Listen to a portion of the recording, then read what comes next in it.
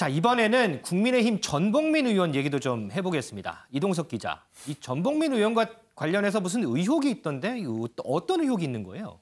네, 전봉민 국민의힘 의원 지난 4월 공개된 국회의원 예산 재산 신고에서 914억으로 1위를 차지했습니다. 그렇죠. 그만큼 돈이 많은 의원인데요. 네, 전 의원의 재산이 10년 만에 무려 125배 증가됐다는 의혹이 현재 불거졌습니다. 그야말로 재산 형성 과정에 의혹이 많다고 한 언론이 보도를 한 건데요. 특히 재산 형성 과정에서 부친의 회사로부터 일감 몰아주기를 받았다는 의혹도 현재 제기된 상황입니다. 이 관련해서 전봉민 의원 취재를 좀 해봤어요? 네, 전봉민 의원의 입장을 듣기 위해 저희가 계속 전화를 해봤는데요. 네. 일단 휴대폰을 꺼둔 상태입니다. 오늘 국회에서 열린 보건복지부 장관 인사청문회에서도 모습을 드러내지 않았는데요. 일단 국민의힘 지도부가 조만간 입장을 밝힐 것으로 전해지고 있습니다. 전 의원의 아빠 찬스에 대해 징계 처분을 내린다는 얘기도 있는 만큼 좀 더 어떤 결과가 나올지 지켜봐야 할 것으로 보입니다. 그런데 김은미 기자, 이 전봉민 의원 부친이 이 전봉민 의원의 의혹을 취재를 하는데 이거를 무마하기 위해서 취재진에게 무슨 청탁을 했다 이런 얘기도 있더라고요. 네, 맞습니다. 요즘 세상에도 취재진한테 이런 청탁을 하는 경우가 있나 싶었는데 일단 저희가 이 전봉민 의원에 대해서 얘기를 하면서 아빠 찬스라고 얘기를 하는데 그래서 이 아빠 전봉민 의원의 부친을 이제 취재진이 직접 찾아간 겁니다. 네. 그랬더니 보시는 것처럼 저렇게 얘기를 합니다. 내가 준비를 할게. 딱 둘이만 그렇게 하고 좀 도와줘. 내가 한 3개 맞춰올게. 그랬더니 기자가 3개요? 3개요? 네. 3개가 무슨 말인가 싶잖아요. 네. 3개요? 그랬더니 응, 한 3천만 원 갖고 올게. 라고 하는 모습이 그 말이 영상에 고스란히 잡혔습니다. 그러니까 3천만 원 줄 테니까 취재하지 말아라 이 얘기군요. 맞습니다. 그러니까 내가 3천만 원 줄 테니까 저기에 저 끝까지 나왔네요. 나와 인연을 맺으면 끝까지 간다. 3천만 원 받으면 너랑 나는 한 배 탄 거야. 이 얘기인 거죠. 네. 근데 이 해당 취재진은 저한테 그런 말씀 안 하셨으면 좋겠다라고 얘기를 하고 이런 청탁 시도가 있었다고 이 해당 언론사, 이 회사 측에 신고를 했습니다. 글쎄요, 끝까지 갈 인연이 어떤 인연인지 참 궁금하기도 합니다. 자, 이와 관련해서 민주당에서는 이 전봉민 의원에 대해서 의원직 사퇴는 물론 수사를 촉구하기도 합니다. 윤정 기자. 네. 그런데 국민의힘 반응은 좀 있어요?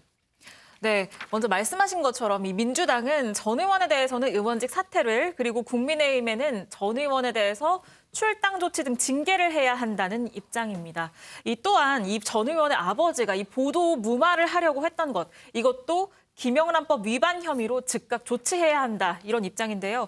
정의당 역시 전 의원에 대해서 사퇴를 촉구했습니다. 관련해서 정의당 얘기 먼저 들어보시겠습니다. 충격 그 자체입니다. 보도 무마를 조건으로 3천만 원을 주겠다며 죽을 때까지 같이 가자는 발언은 마치 조폭 영화의 대사인 듯 들렸습니다. 전봉민 의원의 부친이 언론인에게 3천만 원을 회유 시도한 것이 기사화되고 있습니다. 바로 즉각적인 조치에 들어가 주시기를 바랍니다. 그 문제를 비대위원장님으로부터도 말씀이 있었고 현재 진상을 파악하고 있습니다. 방송 내용 또 방송에 보도된 사안들의 사실 여부 그다음에 전봉민 의원의 입장 이런 것들을 지금 청취하고 있는 과정입니다. 그런 것들에 대한 정리가 끝나면 당의 입장을 밝히도록 하겠습니다. 네, 지금 보신 것처럼 주호영 원내대표는 이 전봉민 의원과 관련한 이 진상 파악이 진행이 되면 당의 입장을 밝히겠다라고 했는데요. 오늘 오전에도 조만간 입장을 밝히겠다라고 했지만 아직까지는 추가 입장이 나오지는 않고 있습니다. 소정섭 위원님, 네. 이 편법 증여 의혹, 부친의 취재 무마 의혹 뭐 이런 논란들 의원직 내놔야 할 사안으로 보시나요? 일단 이 기자를 회유하려고 한 부분은 정확하게 영상에 포착이 된 부분이기 때문에 저건 빼도 박도 못하는 거죠. 네. 그런데 전 의원이 10년 동안 재산을 125배 불렸다. 이제 그 과정이 과연 적법했느냐? 그렇죠. 이것에 대해서는 지금 이제 의혹이 제기된 상황이기 때문에 네. 그것에 대한 정확한 어떤 판단이 이루어지기 전까지는 사실 의원직을 사퇴해야 될 사안인가에 대해서는 판단하기는 좀 어렵죠. 하지만 지금 여러 가지 나오는 얘기들을 봤을 때 부산에서의 그 초고층 아파트 관련된 부분에서 또 전 의원 일가의 사돈이 또 위원으로 참여했던 부분들, 또 재산 증식 과정과 관련된 이 편법 증여나 일감 몰아주기 의혹, 이런 것들이 여러 개가 제기가 됐단 말이에요. 네. 그렇다면은 현재 이 제기된 상태만 해도 국민의힘으로서는 상당한 전 부담을 느낄 정도까지 제기가 된 상황이다라고 보여지기 때문에 이것이 뭐 출당의 형태든 아니면 자진 탈당의 형태든 이것은 불가피한 것 같고, 그것을 넘어서서 이제 수사에 들어가는 단계까지 갈 수 있느냐, 이 부분은 조금 더 이 부분에 대한 이 의혹이 어디까지 갈지 좀 더 지켜봐야 되지 않을까 싶습니다. 우리 윤경호 의원님은 어떻게 보세요? 저도 이게 논란의 중심에 서길래 도대체 어떤 내용인지 보도도 한번 찾아봤고요. 관련된 다른 신문도 샅샅이 읽어봤습니다. 깜짝 놀랐어요. 아직도 뭐 부산이라는 거대 도시에 저렇게 이 먹이사슬로 뭉쳐진 건설회사 아버지의 재력, 그리고 그 아들은 부산시 의원을 거쳐서 공당의 공천을 받아서 지금 떳떳하게 지역구 의원까지 됐단 말이죠. 지난번에 박덕흠 의원이 건설회사를 가지고 있으면서